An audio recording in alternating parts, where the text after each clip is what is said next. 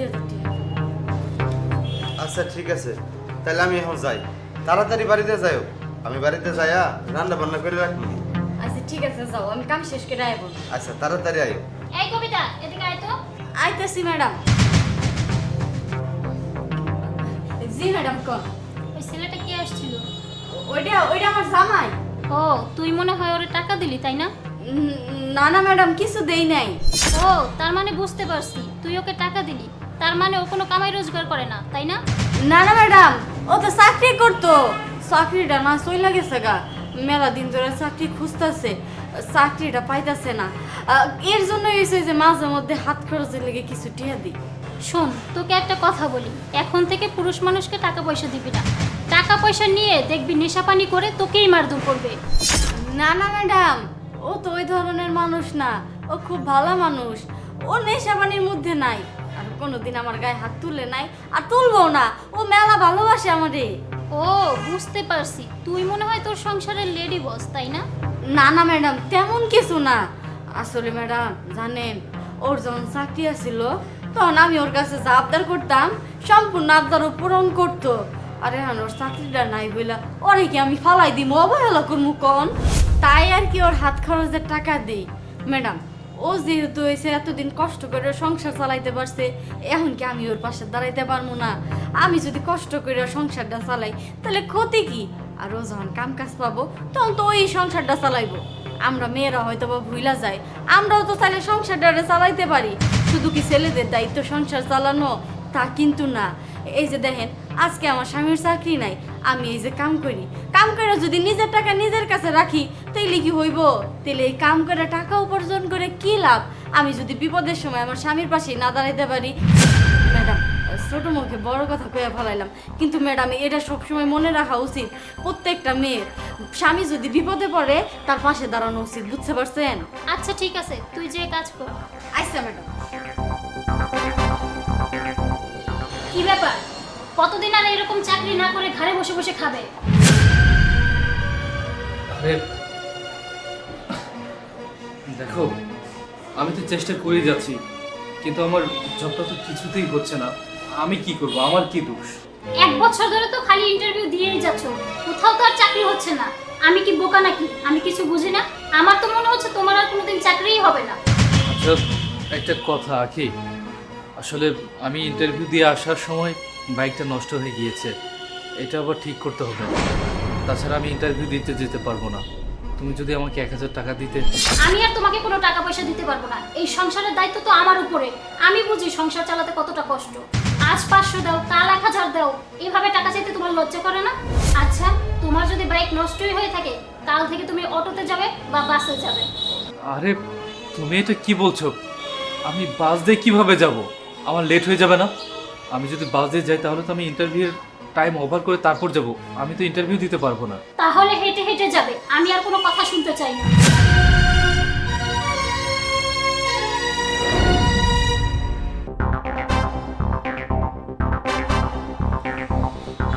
কি হলো, আজকেও জবটা হয়নি? না, আমার চাকরিটা হয়নি। আমি সব জায়গাতেই চেষ্টা করেছি, কিন্তু সবাই একই কথা বলছে, চাকরিটা আমি পেলাম না। কি করব আমি কিছুই তো বুঝতে পারছি না। আরে তুমি টেনশন করো না, আজ হয়নি কাল হবে, তাই না? আর এসব কথা বাদ দাও। তুমি দুপুরে খাওয়া দাওয়া করছো? আখি, তুমি আমাকে মাফ করে দাও। দেখো, আমি কতটা অযোগ্য সেটা আর বলে বোঝাতে হচ্ছে না। যেখানে কিনা আমার ইনকাম করা টাকা দিয়ে এই সংসারটা চলতো, আমি নিজের সংসারে হাল ধরতাম, আর সেইখানে দেখো তোমার টাকায় চলতে হচ্ছে। তুমি এই সংসারটাকে চালাচ্ছ, বাসা ভাড়া থেকে শুরু করে আমার পকেট খরচ পর্যন্ত তুমিই দিচ্ছ। আমি তোমার কাছে আন্তরিকভাবে দুঃখিত আখি। আরে তুমি কেন সরি বলছো? সরি তো আমার বলা উচিত। আমি এতদিন তোমার সাথে কতই না খারাপ ব্যবহার করেছি। আরে আমি তো ভুলেই গিয়েছিলাম, সংসারের দায়িত্ব তুমি একা কেন নেবে? আমারও তো কিছু নেওয়া উচিত, তাই না? আমি তো ভুলেই গিয়েছিলাম, নারী পুরুষ একসাথে সংসারের দায়িত্ব নিলে সেই সংসারটা কতই না সুখের হয়। আমার তো এই বিষয়টা মাথায় ছিল না। আমি এতদিন এই সংসারের লেডি বস মনে করেছি। আমি তো ভুলেই গিয়েছিলাম, সংসারটা তো আমাদের দুজনের। তো সংসারের দায়িত্ব তো দুজনেরই নেওয়া উচিত। তুমি আমাকে মাফ করে দাও প্লিজ। আচ্ছা, তুমি হঠাৎ করে এমন কেন করছো? আচ্ছা, আজকে তোমায় এমন লাগছে কেন? তুমি কি ঠিক আছো? হ্যাঁ, আমি একদম ঠিক আছি, আমার কিচ্ছু হয়নি। শোনো, দুজনে মিলে যদি সংসারটা চালাই তাহলেই তো সংসারটা সুখের হবে। কি হলো, কথা বলছো না কেন? কথা বলবে না? এমন করছো কেন? কথা বলো। আরে তুমি কথা কেন বলছো না? কথা বলবে না?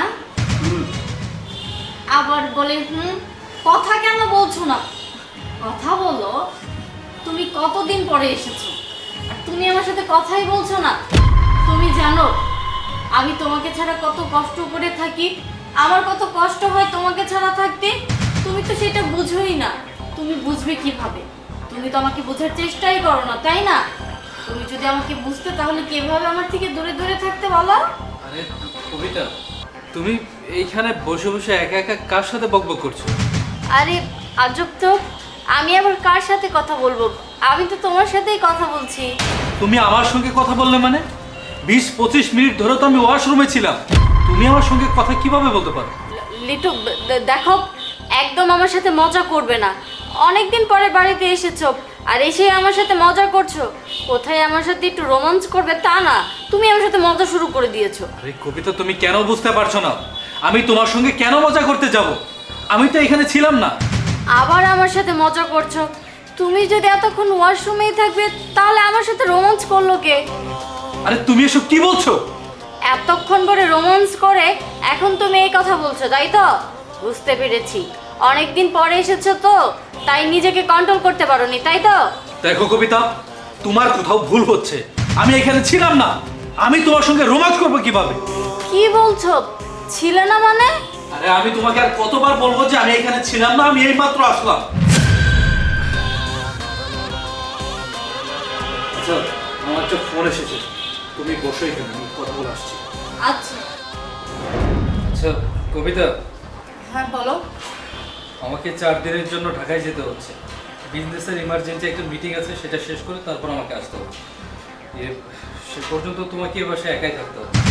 দাঁড়াও, আমি সিকিউরিটিকে একটু ডেকে ওর কাছে সব কিছু বুঝিয়ে দিয়েছি। Security, security!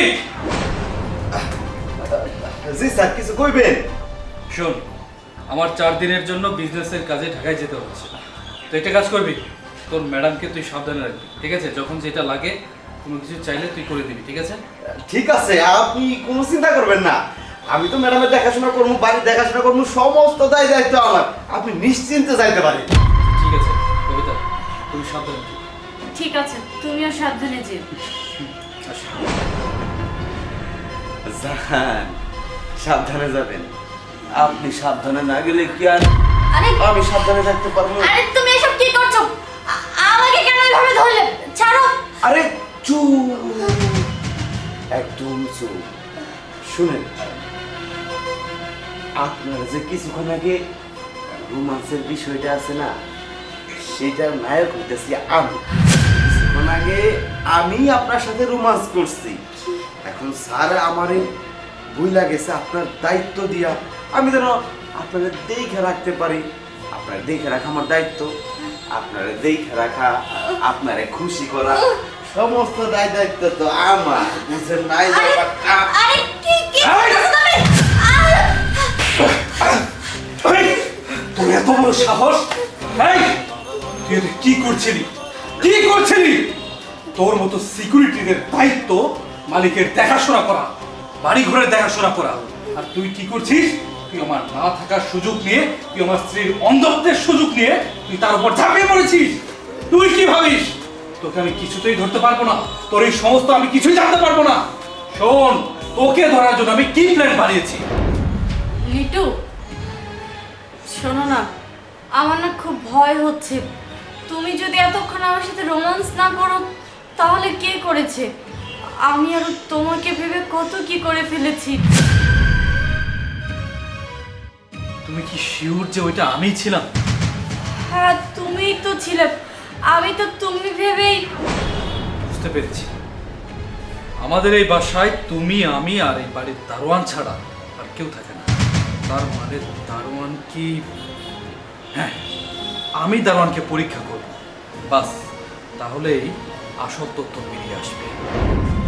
কি এখন বুঝতে পারছিস? আরে এই বেঈমান, তুই আমার বাসাতে চাকরি করে আমার টাকা খেয়ে তুই কিনা আমার উপরই বেঈমানি করলি। তুই আমার স্ত্রীর অন্ধত্বের সুযোগ নিয়ে তুই তার উপর ছাপিয়ে পড়েছিস, তাই না? এই হারামির বাচ্চা, তোকে আমি কি দেখিনি বল? প্রত্যেক মাসে মাসে স্যালারি দেওয়ার সাথে তোকে বকশিশও দিয়েছি। শুধুমাত্র তোর উপরে আমাদের পরিবারের সমস্ত দায়িত্ব থাকে। আমরা যখন কোথায় যাই তোর উপর আমানত হিসেবে রেখে তারপর আমরা বাসা থেকে বের হই। তোদের মতো কিছু বেয়াদব সিকিউরিটির জন্য ভালো ভালো সিকিউরিটিদের দুর্নাম হচ্ছে। সিকিউরিটি হচ্ছে প্রভু ভক্ত কুকুরের মতো, যারা কিনা নিজের প্রভুর জীবন বাঁচাতে গিয়ে নিজের জীবনকে উৎসর্গ করে দেয়, তাদেরকে বলে সিকিউরিটি। আর তুই তুই কিনা একটা বেঈমান হারামির বাচ্চা। তোকে তো এখন ইচ্ছা করছে তোর গলাটা টিপে মেরে ফেলি। স্যার স্যার আমি ভুল করে ফেলছি স্যার, আমি কথা দিতেছি আমি আর কোনোদিন এই ভুল করবো না স্যার, আমার মাফ করে দেন স্যার। তোকে কোনো ক্ষমা না, তোকে এখন পুলিশে দেওয়া দরকার। না, আমি পুলিশেও দিব না, কারণ এটা আমাদের এখন মান সম্মানের ব্যাপার। এখান থেকে চলে যাও, যাও ঠিক। কবিতা, তুমি আমাকে মাফ করে দাও। আসলে আমি বাসায় ঠিক মতো তোমার খোঁজ খবর রাখতাম না বলেই হয়তো আজকে তোমার এত বড় একটা সর্বনাশ হতে যাচ্ছে। আমি তোমার কাছে ক্ষমা চাচ্ছি। না না, তুমি কেন আমার কাছে ক্ষমা চাইছো? যা হওয়ার তা তো হয়ে গিয়েছে। তুমি যে সবকিছু ভালোভাবে বুঝতে পেরেছো, তুমি যে আমাকে ভুল বোঝনি, এটাই অনেক কিছু। আচ্ছা ঠিক আছে, চল ভেতর চল। সারেন কইছে চাচা, সারেন। সালমানের বাচ্চা, তোর এত বড় সাহস, তুই আমার বউয়ের সাথে ছি! এই সালমানের বাচ্চা, তুই কি ভুলে গেছিস তুই আমার বাসার দারোয়ান? আর একজনের দারোয়ানের দায়িত্ব কর্তব্য কি সেটা ভুলে গেছিস? শোনো, আমি একটা জরুরি কাজে 4 দিনের জন্য ঢাকার বাইরে যাচ্ছি। তোমার যদি কোনো কিছু লাগে তুমি দারোয়ানের কাছ থেকে চেয়ে নিবে, ঠিক আছে? ঠিক আছে। দারোয়ান, দারোয়ান। স্যার কিছু বলবেন? হ্যাঁ শোনো, আমি একটা জরুরি কাজে ঢাকার বাইরে যাচ্ছি। তুমি তোমার ম্যাডামের দিকে খেয়াল রেখো, ও যদি কিছু চায় সেটা নিয়ে এসে দিও, ঠিক আছে? অবশ্যই স্যার, আপনার বাড়ি ঘর পাহারা দেওয়া এবং ম্যাডামের পাহারা দেওয়া আমার নৈতিক দায়িত্ব। আমার জীবন দিয়ে হলেও তার রক্ষা করুন। হ্যাঁ ঠিক আছে। আচ্ছা, তোমার কিছু লাগলে তুমি অবশ্যই দারোয়ানকে বলবে, ঠিক আছে? ঠিক আছে। আমি আসি। আচ্ছা আসো। ম্যাডাম দেখছেন স্যারে কি কয়ে গেল? দারুণ চাচা, আপনি কি করতেছেন? আরে আমার দায়িত্ব দিয়ে গেছে তোমার অ্যাকশন করতে। আরে চাচা সাইরা দেন কইছি। আরে দায়িত্ব দিচ্ছে তোমার স্বামী, তো দায়িত্ব দিচ্ছে। এইটা আপনি কি করতেছেন চাচা? সাইরা দেন আমারে। আরে চুপ কর। কিছুক্ষণ আগে তুই তোর স্বামী ভাইবে যে রোমান্স করছিলি, এই রোমান্সের নায়ক ছিলাম আমি, সে দারোয়ান। আজকে থেকে তোর স্বামী 4 দিন বাইরে চলে যাব, সব সুখ আমি তোরে দেব। তুই রাজি হয়ে যা, রাজি হয়ে যা। চাচা আপনি কিন্তু আমার বাবার বয়সী, সারেন কইছি আমারে। সারেন কইছি চাচা, সারেন। সালমানের বাচ্চা, তোর এত বড় সাহস, তুই আমার বউয়ের সাথে ছি! এই সালমানের বাচ্চা, তুই কি ভুলে গেছিস তুই আমার বাসার দারোয়ান? আর একজনের দারোয়ানের দায়িত্ব কর্তব্য কি সেটা ভুলে গেছিস? তুই আমার বাড়িকে রক্ষা করবি, আমার পরিবারকে রক্ষা করবি, তা না করে রক্ষক হয়ে ভক্ষক হয়েছিস তুই। তুই কিনা বাড়ির মালিকের বউয়ের সাথে তোকে আজকে মেরে ফেলবো।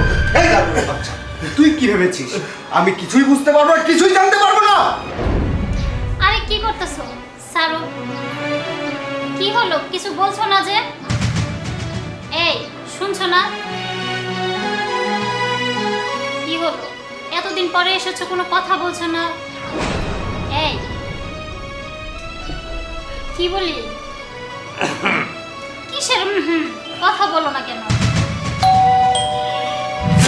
জানো তুমি এতদিন ছিলে না, আমার একা একা খুব খারাপ লাগছে। তুমি থাকলে জানো আমার কতটা ভালো লাগে। আর তুমিও কেমন মানুষ, কতদিন ধরে গেছো আর কোনো খোঁজ খবর নেই। এতদিন পরে আসলে তো তোমার ভুলে। কি ব্যাপার কি? তুমি কার সাথে একা একা গল্প করছো? আশেপাশে কি ভূত আছে নাকি? তুমি কি ভূতের সাথে গল্প করছো? আরে আজব তো, কার সাথে কথা বলছি মানে? তোমার সাথে কথা বলছি। আরে কি বলছো তুমি? তুমি আমার সাথে কথা বলবে কিভাবে? আমি তো 20-25 মিনিট যাবত ওয়াশরুমে ছিলাম, আমি মাত্র আসলাম, তুমি আমার সাথে কিভাবে কথা বলো? আরে রাসেল, মজা করা বাদ দাও। অনেকদিন পরে বাড়িতে এসেছো, কোথায় দুজন মিলে একটু রোমান্স করবো তা না, তুমি আমার সাথে মজা করছো। আরে আজব, আমি তোমার সাথে মজা কেন করব? আমি তো বললাম আমি এখানে ছিলাম না।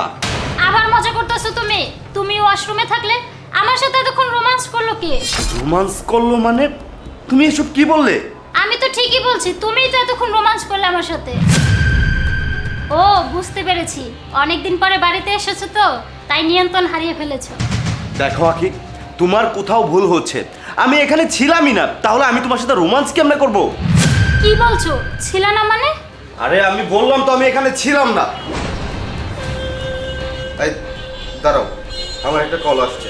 আচ্ছা, এই শোনো রাসেল, শোনো না, আমার না খুব ভয় হচ্ছে। তুমি বলছো যে তুমি ছিলে না, কিন্তু এতক্ষণ আমার সাথে এরকম কে করলো? তুমি কি সত্যি বলছো? মানে তুমি যা বলছো সব কি সত্যি? হ্যাঁ, আমি যা বলছি সব সত্যি। আমার না কেমন যেন লাগছে। শোনো, আমাদের বাসায় আমি, তুমি আর সিকিউরিটি গার্ড ছাড়া কেউ থাকে না। বুঝতে পেরেছি, ঠিক আছে, আমি এটা দেখছি কি করা যায়। এখন বুঝতে পেরেছিস? আরে তোদের মতো কিছু নোংরা মন মানসিকতার দারোয়ানের জন্য সমস্ত দারোয়ানদের বদনাম হচ্ছে। আর দারোয়ানরা তো হয় প্রভুভক্ত কুকুরের মতো, মালিক যা বলে তাই করে, মালিককে রক্ষা করার জন্য নিজের জীবনকে পর্যন্ত দিয়ে দেয়। শুধুমাত্র তোদের মতো কুলাঙ্গার কিছু দারোয়ানের জন্য আজকে দারোয়ানদের এত বদনাম। তোকে আমি মায়া দয়া করে চাকরি দিয়েছিলাম, তুই মুরব্বী মানুষ বলে, তুই মুরব্বী হয়ে আমার স্ত্রীর সাথে ছি! মনটা চাচ্ছে তোকে এই মুহূর্তে গিয়ে আমি পুলিশের হাতে তুলে যাই, কিন্তু না, সেটা করবো না। কারণ তোর কোনো মান সম্মান না থাকলেও আমার মান সম্মান আছে। তোকে ইচ্ছা করছে আমি একদম খুন করে ফেলি, কিন্তু আমি অপরাধ করবো না। যা, তুই এই মুহূর্তে আমার চোখের সামনে থেকে বেরো যা। যা! না স্যার, স্যার আমি ক্ষমা প্রার্থী, আপনার কাছে আমার তাড়াই দিবেন না, এই চাকরিটা খাবেন না। কি? তোকে তোকে ক্ষমা করবো আমি? যা, আমার চোখের সামনে থেকে যা বলছি। আরে যা এখান থেকে। ছোট লোক কোথাকার। শোনো, তুমি ভয় পেও না, সব কিছু ঠিক হয়ে যাবে, আমি আছি, বসো। এভাবে আর কতদিন প্রেম করবো বলো তো? তুমি আমাকে বিয়ে কবে করবে? এভাবে প্রেম করতে না আমার আর ভালো লাগে না। আরে তুমি এত চিন্তা করছো কেন? শোনো, আমি তো তোমাকে বিয়ে করবই, কারণ আমি তো তোমাকে আমার জীবন থেকে বেশি ভালোবাসি। কিন্তু এখন যদি তাড়াহুড়া করে বিয়ে করে ফেলি, রিলেশন করব কখন, ভালোবাসবো কখন, ডেটে যাব কখন, রোমান্স কখন করব? শোনো, বিয়ের পর তো মানুষ সংসারী হয়ে যায়, ভালোবাসার সময়ই থাকে না, সংসার নিয়ে চিন্তা করতে হয়। তাই আমি ভেবেছি আগে আমরা ঘুরবো ফিরবো, রোমান্স করব, তারপর বিয়ে করব। এইসব কথা না শুনতে আমার আর ভালো লাগে না। বাসা থেকে আমাকে বিয়ের জন্য চাপ দিচ্ছে, কবে যেন দেখবো কি আমার বিয়ে হয়ে গিয়েছে, তখন কি করবে? আচ্ছা, তুমি এইসব নিয়ে চিন্তা করো না, ঠিক আছে, আমি একটা ব্যবস্থা করবো। তাহলে আমি এখন যাই। ঠিক আছে। আচ্ছা। আরে কি ব্যাপার, এভাবে তালা আটকালো কে? কি জানো, আমিও তো জানি না কে সেভাবে তালা আটকে গেল। এখন কি করব? আমিও তো সেটাই বুঝতে পারছি না, এখন আমি কিভাবে যাব, তুমি কিভাবে যাবে? কেউ যদি আরে- এভাবে দেখে ফেলে তাহলে তো সর্বনাশ হয়ে যাবে। সেটাই তো, আমি এখন কি যে করবো বুঝতে পারছি না। টু আজকার বাড়ির যাম না, এদিকাও একটা খবর আছে। মস্ত কাকা এই সময় কি বলবেন? হ, তোমার কইছিলাম না, তোমার ছোট ভাই খালি মেয়াপারের সঙ্গে প্রেম করে ঘুরে বেড়া। আজকে ওরে প্রেম করে দেখে হুন্ডার সঙ্গে তালা মাই আইছি, আমার সঙ্গে চলো, দেখতে পারবা। আমার ছোট ভাইরে তালা মাইরে আসছেন? হ, কি বলতেছেন? চলেন তো দেখি। আরে কি করব, কোনোভাবেই তো খুলতে পারছি না কারো কাছে। দেখো না একটু। পাইস্তা, আরে কেউ কি আহা, নিয়ে নে। আজ তোমার নিশ্চয় দেখাম তোমার ছোট ভাই কি করে প্রেম করতেছে, এবং করে মেলা প্রেম করে মেয়ে করে জীবন নষ্ট করছে, এবং কি বিয়ে হয়েছে, পোলা বানাইছে, সেই মেয়ের সঙ্গে প্রেম করে তোমার সামনে করে তুমি তো বিশ্বাসই করো না। আজকে তাই ওই তালা মারে হাতে হাতে ধরছি, বিচার করো তোমার বাইরে, ওই তো তালা মারা। রাসেল, এসব কি? হ্যাঁ, আমি তো কখনো বিশ্বাসই করিনি। আমি ভাবছিলাম আমার ছোট ভাই অনেক ভালো, ওকে এই কাজ করতেই পারে না। কিন্তু তাছাড়া যখন আমাকে বলল যে আমি নিজে তালা মারে ওইখানে রাইখা আসছি, গেলেই দেখতে পাবেন, তারপর ওই কথা বিশ্বাস করে আমি এখানে আসছি। তাই আমি এটা কি দেখতে পাইতেছি রাসেল? আমি তো এটা তো কখনোই ভাবি নাই যে আমার ছোট ভাই হয়ে কিনা এই সমস্ত করে বেড়াবো। ভাইজান, আপনি এসব কি বলছেন? একটা মানুষ তো রিলেশন করতেই পারে। তাছাড়া আমরা কয়েকদিন পরে বিয়ে করব। ও আমাকে অনেক ভালোবাসে, আমি ওকে অনেক ভালোবাসি। এখানে সমস্যাটা কোথায়? সমস্যাটাই কবার কও, তাহলে শুনো।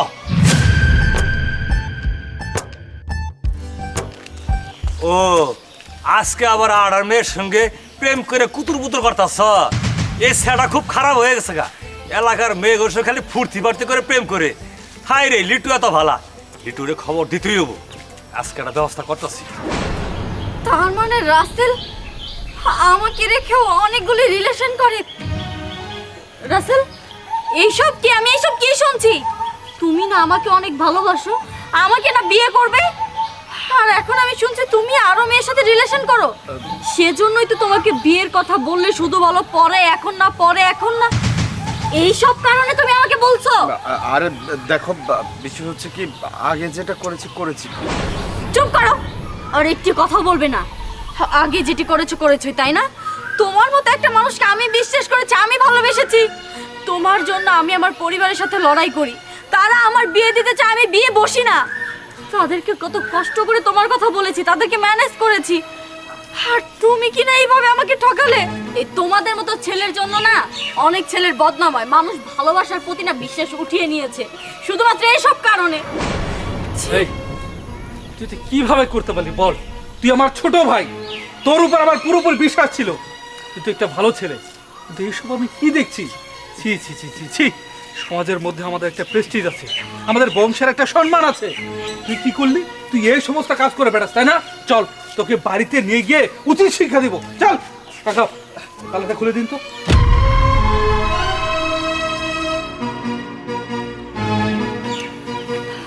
আয়, আয়, আয়। এই সমস্ত করে বেড়াস, তাই না? লেখাপড়া বাদ দিয়ে চল চল। ওই যে একটা পাগল মহিলারে দেখতাছেন না, ওইটা আপনার মা। আর সাথে যে ফকিরটারে দেখতাছেন, ওইটা আপনার বাবা। এখন পথে পথে ভিক্ষা কইরা খায়। মা, বাবা,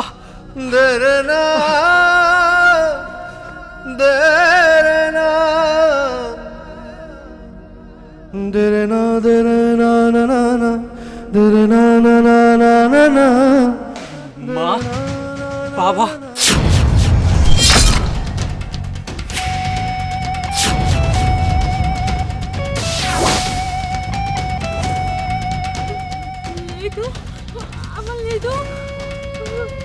মা,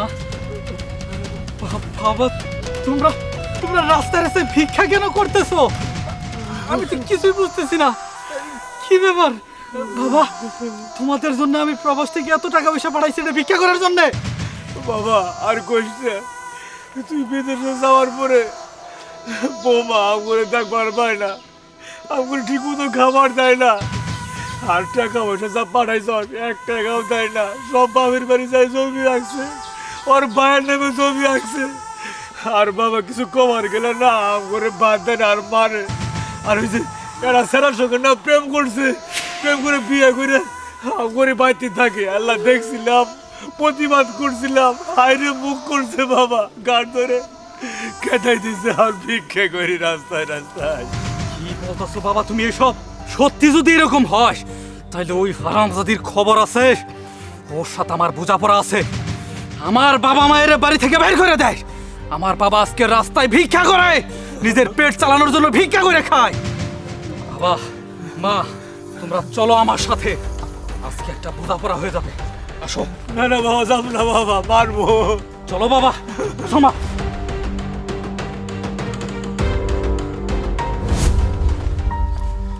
বিথি, বিথি, তুমি আইছো কোনো কিছু না জানাইয়া একটা ফোনও তো দিতে পারতা।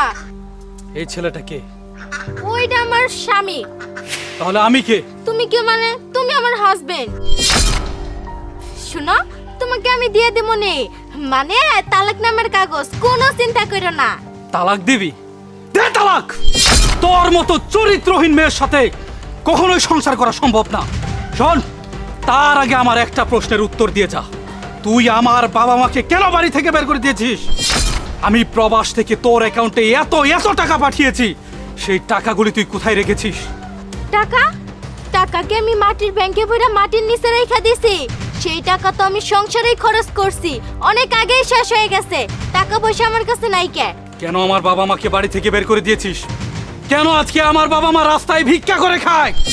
আমার বাবা মাকে বিশ্বাস না করে আমি প্রবাস থেকে তোর অ্যাকাউন্টে লক্ষ লক্ষ টাকা পাঠিয়েছি। আমার মা বাবা আজকে পথের ভিখারি, কিন্তু কেন? সে কি আমি বানিয়েছি? তাদের স্বভাব খারাপ, তারা মানুষ দেখলেই ভিক্ষা চায়, তাদের স্বভাবে তারা ভিক্ষুক হয়েছে। আরেকটা কথা শুনো, আমি তোমার বাবা মাকে ভিক্ষা করাতে পাঠাইনি। চুপ! তুই আর একটা কথাও বলবি না। হাইরে মানুষ, আমি মানুষ চিনতে ভুল করেছি। শোন, আমার মাথায় খুন চেপে বসার আগেই তুই এইখান থেকে চলে যা। না না, তুই যাবি কেন? তুই তো আমার যা কিছু আছে সব কিছুই নিয়ে নিয়েছিস। আমার প্রবাস থেকে এতগুলি টাকা, পরিশ্রমের টাকা, আমার সংসার, আমার জমি জমা যা কিছু আছে সব কিছু তুই লিখে নিয়েছিস। আচ্ছা, আমি তো অসহায়, তুই কেন যাবি? যাবো তো আমি চলে যাচ্ছি। এই বাড়িঘর দিয়ে আর কি হবে? থাক, তুই তো সংসার নেই, আমি আমার বাবা মাকে নিয়ে চলে গেলাম। এসো বাবা। দাঁড়ান। দুলা ভাই, আপনি বিদেশে থেকে কষ্ট করে যত টাকা ইনকাম করে আমার বোনের অ্যাকাউন্টে ঢুকাইছেন, সম্পূর্ণ টাকা আমি আমার নিজের বুদ্ধি করে আপনার অ্যাকাউন্টে ঢুকাইছি। কারণ আমি জানি আমার বোনটা খারাপ, সম্পূর্ণ টাকা নষ্ট করতেছে। ভাই, তুমি এটা কি করলা? আমার সাথে এত বড় বেইমানি করতে পারলা? চুপ! আর একটা কথা কবি না দুলা ভাই, সম্পূর্ণ টাকা আমি নিজে অ্যাকাউন্টে রেখে আইছি আপনার। আমি আপনাকে নিজে সম্পূর্ণ টাকা আপনাকে বুঝাই দেবো, চলেন আমার সাথে। তার মানে তোমার কাছে কোনো টাকা নাই, তোমার অ্যাকাউন্ট পুরো খালি? তাহলে তোমার আমি কি করবো? আমি আমার আগের বউ বলে কাছে চলে যাই। আরে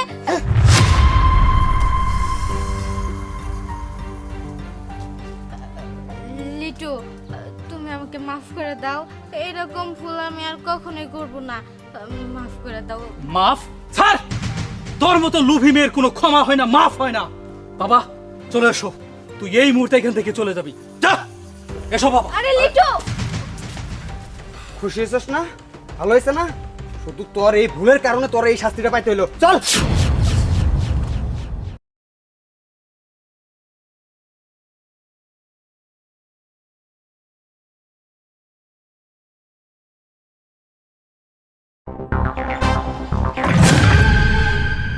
এই মুচির বাচ্চা, আমার জুতাটা পরিষ্কার করে দে, আমার ইমার্জেন্সি একটা মিটিং আছে, সেইখানে যেতে হবে। তাদের পরিষ্কার কর। স্যার, আপনি এটা কি করলেন স্যার? আমার তো জুতার বাক্সটা ভাঙে ফেলালেন, আর জুতাটা খুলে দেন, তারপরে আমি কালি করে দেই স্যার। কি? এই ফকিন্নির বাচ্চা, তুই আমাকে জুতা নামিয়ে কথা বলতে বলছিস?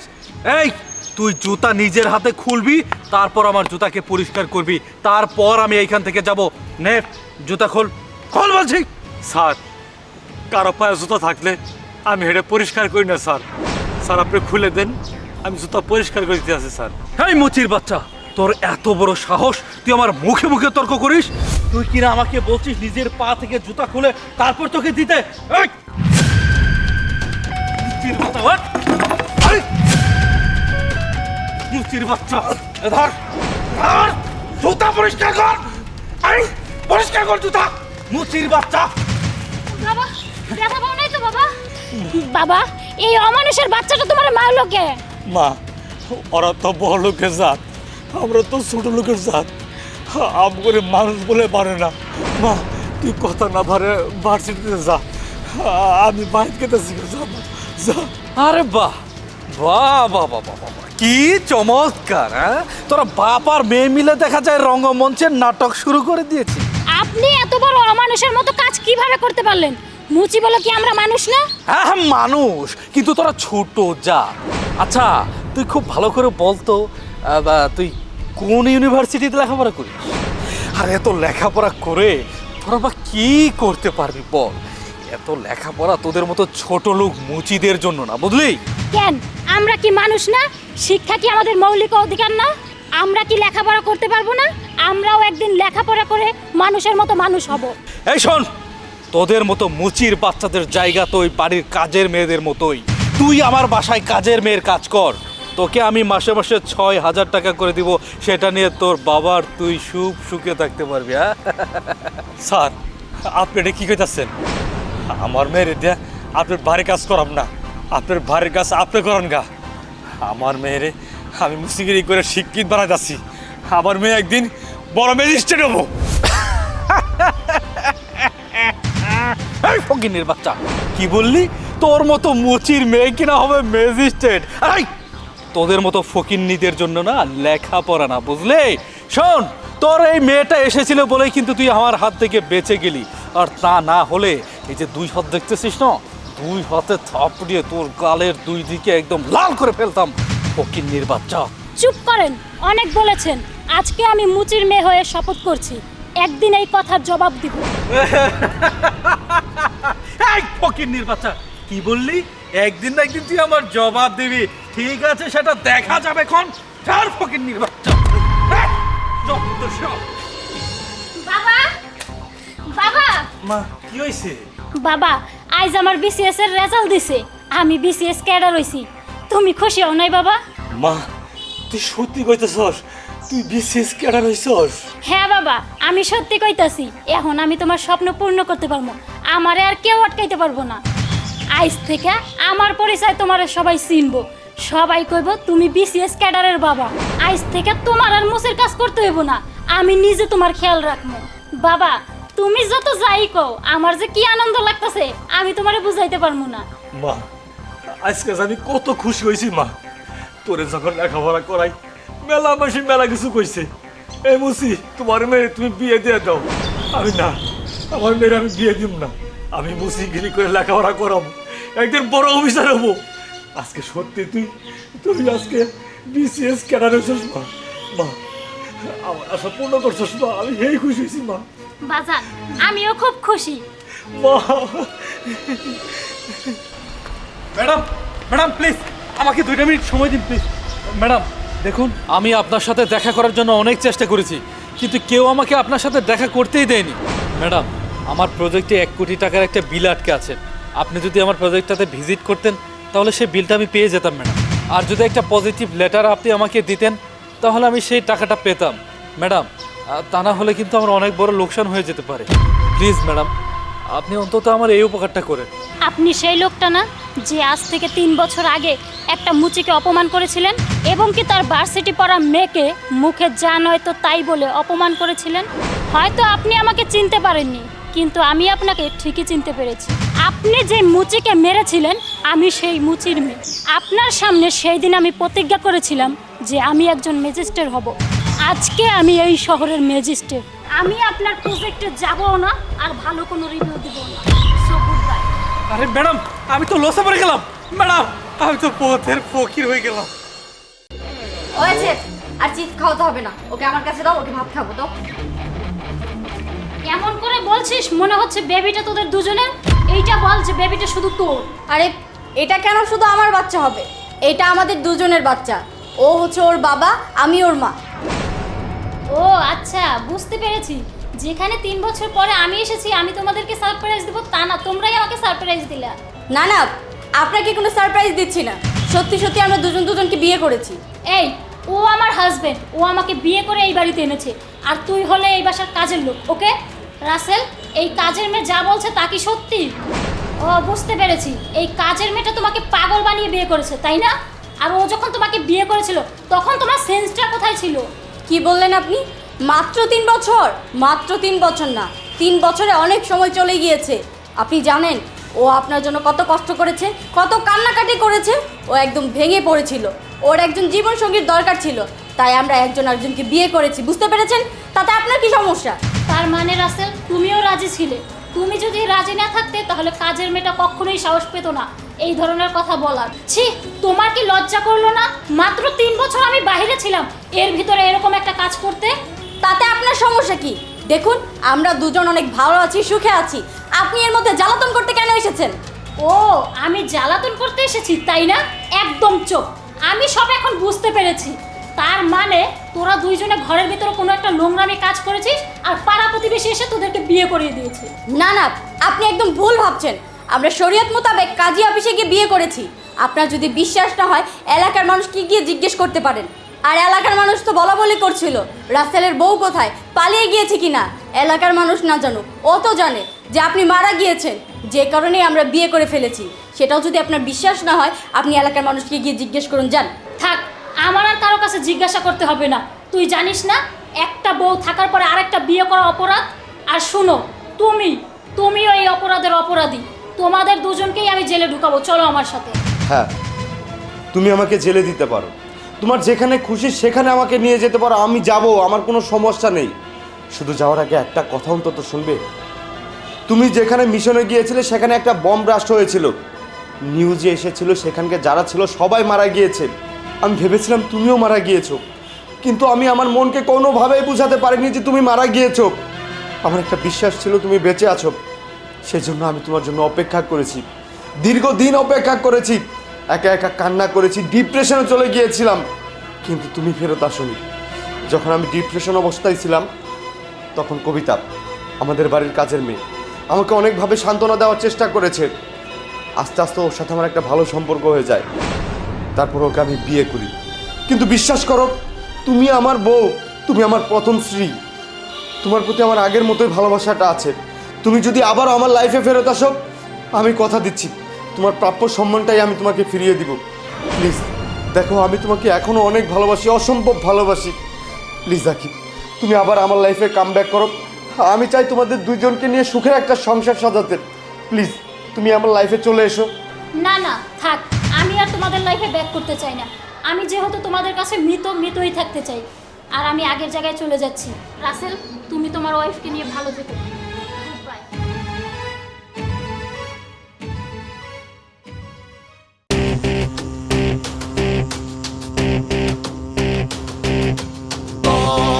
আরে এই মেয়ে, তুমি কি করছো? তুমি গহনা কেন খুলছো?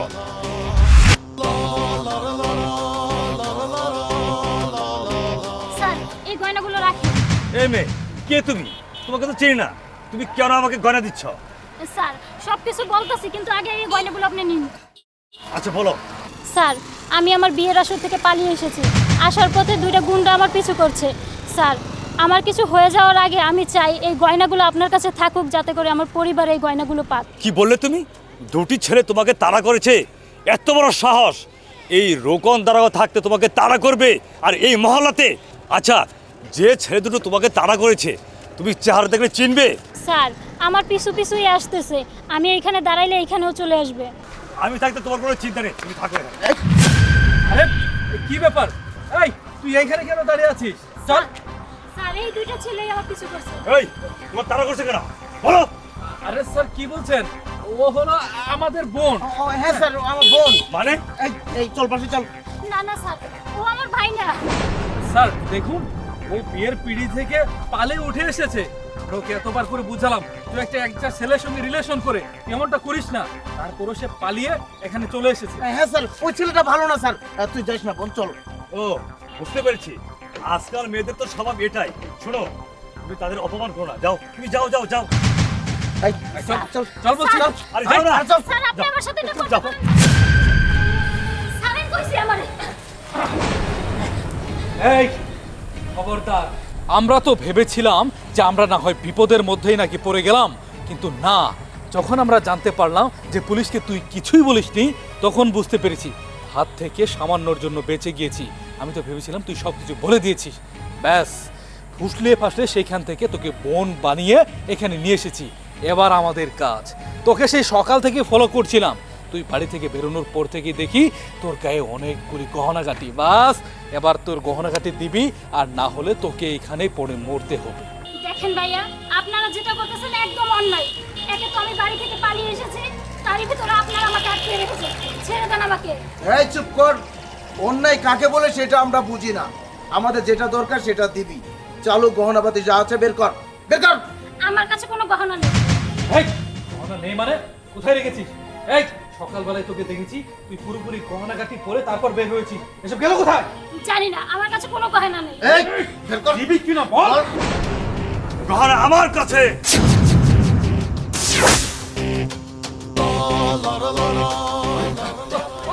ম্যাডাম, আপনার প্ল্যানটা সঠিক হয়েছে। স্যার, আপনি কাকে ম্যাডাম বলছেন? হ্যাঁ তাই তো, এই মেয়েটা তো বিয়ে বাড়ি থেকে পালিয়েছিল। এ আপনাদের ম্যাডাম কি করে হয়? আরে উনি সাধারণ লোক না, ডিবির অফিসার, আমার বস। কি বলছেন? উনি আপনার বস? হ্যাঁ, আমার বস। আমার ফাঁদে তোরা পা দিয়েছিস। তোরা কি ভেবেছিস তোরা একের পর এক অপরাধ করতেই থাকবি আর আমরা তোদেরকে কিছুই করতে পারবো না? চল, আজকে থানায় নিয়ে তোদেরকে উচিত শিক্ষা দিব। শুধু শাস্তি না, এমনও হতে পারে তোদের সারা জীবন জেলেই কাটাতে হবে। এর আগেও তোরা অনেক মেয়ের জীবন নষ্ট করেছিস, অনেক মেয়েকে কিডন্যাপ করে বাড়ি থেকে মুক্তিপণ চেয়েছিস, দেয়নি বলে তোরা অনেক মেয়েকে হত্যাও করেছিস। এর জন্য তোদের কঠিন শাস্তি হবে। চল চলেন। চল। বাবা এইসব কি? তুমি তোমার সমস্ত সম্পত্তি বিক্রি করে দিয়েছো মানে? তুই রাগ করছিস কেন? আমার সম্পত্তি আমি বিক্রি করে দিয়েছি, তাই কি হয়েছে? কি হয়েছে রাসেল? আর বলো না, বাবা আমাদের সমস্ত জায়গা জমি গাড়ি বাড়ি সব কিছু বিক্রি করে দিয়েছে আমাকে না বলে। কি বললেন? বিক্রি করে দিয়েছে মানে? এসবের মানে কি? আমি তো কিচ্ছু বুঝতে পারছি না। সমস্ত সম্পত্তি তো তোমার নামে ছিল, তাহলে তোমার বাবা কিভাবে বিক্রি করে দেয়? হ্যাঁ আমার নামেই ছিল, কিন্তু আমি চিন্তা করলাম যেহেতু বাবা এখনো বেঁচে আছে তাহলে আমার নামে না রেখে বাবার নামে দিয়ে দেই। সেই চিন্তা করে আমি বাবার নামে দিয়ে দিয়েছি। আর আমার বাবা আমার সাথে এত বড় প্রতারণা করবে সেটা আমি কখনো কল্পনাই করতে পারিনি। বাবা তুমি কি করে পারলে আমার সাথে এত বড় বেইমানি করতে, বলো? আরে আমার সাথে তোরা এরকম ব্যবহার কেন করছিস?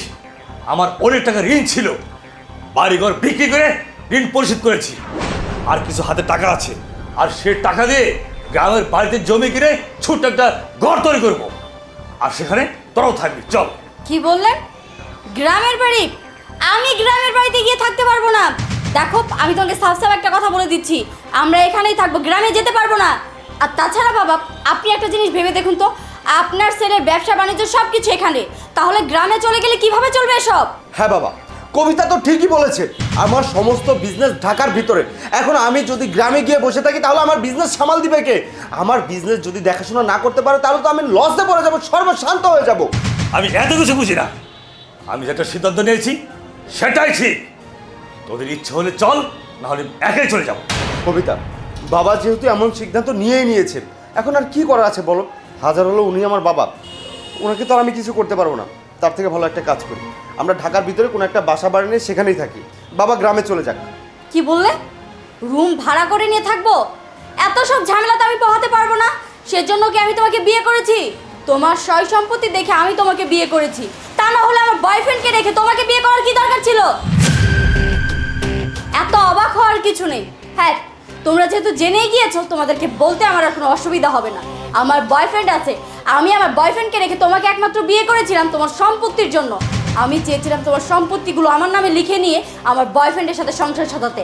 এখন তো তোমার সম্পত্তি তোমার সাথে নেই, তোমাকে বললেই কি হবে, না বললেই কি হবে? আমি আর তোমাদের সংসারে থাকছি না, আমি আমার বয়ফ্রেন্ডের কাছে চলে যাচ্ছি। আমারও বয়ফ্রেন্ডের না কম নেই, আমার বয়ফ্রেন্ডের অনেক টাকা পয়সা আছে, অনেক সম্পত্তি আছে, সেখানে গিয়ে না আমি রাজরানী হয়ে থাকবো, তোমাদের এখানে চাকরানি হয়ে থাকতে যাব না। আরে তোমরা হাসছো কেন? হাসছি এই জন্যই, তোমার যে একটা বয়ফ্রেন্ড আছে সেটা আমি অনেক আগে থেকেই জানি। বাবা আমাকে বলেছিল, আমি বিশ্বাস করিনি, আমি ভেবেছিলাম বাবা মিথ্যা কথা বলছে। এই জন্য আমরা একটা প্ল্যান করেছিলাম, এটা একটা নাটক ছিল। বাবা তো কিচ্ছু বিক্রি করে আর বিক্রি করবে কিভাবে? সমস্ত সম্পত্তি তো আমার নামে। মানে? হ্যাঁ মানে বৌমা, তুমি যখন তোমার বয়ফ্রেন্ডের সঙ্গে কথা বলেছে। আরে এত অধৈর্য হলে চলবে নাকি? কিছুদিন ওয়েট করো, মাত্র তো রাসেলের সাথে আমার বিয়ে হলো, কিছুদিন যেতে দাও, তারপর ওর সমস্ত সম্পত্তি আমার নামে লিখে নিয়ে তারপর আমি তোমার সাথে সংসার সাজাবো। তুমি কোনো চিন্তা করো না তো। ঠিক আছে বেবি, আমি যত তাড়াতাড়ি সম্ভব কাজটা করবো। আর শোনো, বেশি কথা বলতে পারবো না, আমার শ্বশুর বাড়িতে আছে, যদি শুনে ফেলে তাহলে কিন্তু সব কিছু শেষ হয়ে যাবে। ঠিক আছে?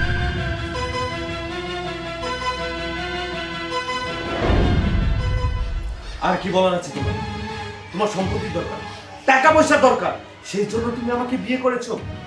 আমি এতদিন একটা ভুল মানুষকে নিয়ে সংসার করছি, আমি বুঝতেই পারিনি যে মেয়ে আমাকে ভালোবাসে না, আমার টাকা পয়সাকে ভালোবাসে, আর আমি তাকে অতিরিক্ত পরিমাণ বিশ্বাস করেছি, ভালোবেসেছি।